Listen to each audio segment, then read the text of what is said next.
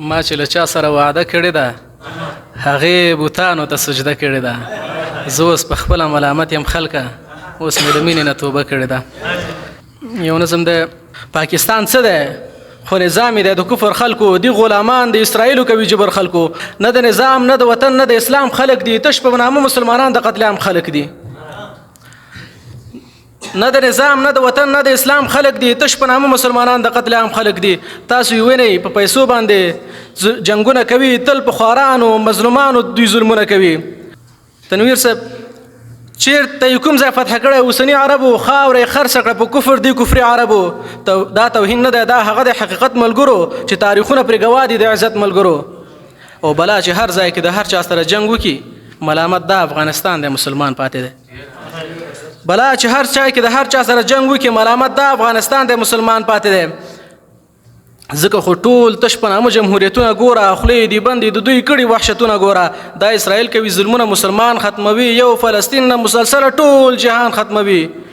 غزه خو سر نه لري، سر د پاسه سر نه لري. پاکستان ګوره حرامي نمک حرامه نظام، تاریخ بیخي نه لري، دا کفري ارقامه نظام. پاکستان ګوره حرامي نمک حرامه نظام، تاریخ بیخي نه لري، دا کفري ارقامه نظام. کفر په خپلو اوږو راوړ، مملکت یې ورکړ، ډیورن خبیث له کرښې هاخوا کړ، عزت یې ورکړ. او دا درته وایم که په زور که په رضا وي غواړم اټک نه واخله تر خیبره پښتونخوا مې غواړم. او مسلمانان دي افغانان دي او هغه پښتانه ټول سره ورونه یو او هم یو ښه سکه پښتانه.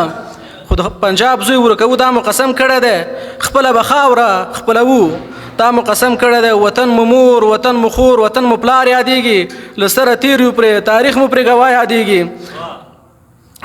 دلته افغانان امپراتوران اوسېږي، دلته قوي خلک سرتېره فدایان اوسېږي. که چا کاږه وکتل سترګې به یې هم ووځي. او په دې ټپې به سره پای ته ورسوو. ربه که غر بنده دې راکه، د زړګي سر بنده دې راکه، دغه نختر بنده دې راکه، او دلبر بنده دې راکه. زه به سجدې درته دا ټول عمر کومه.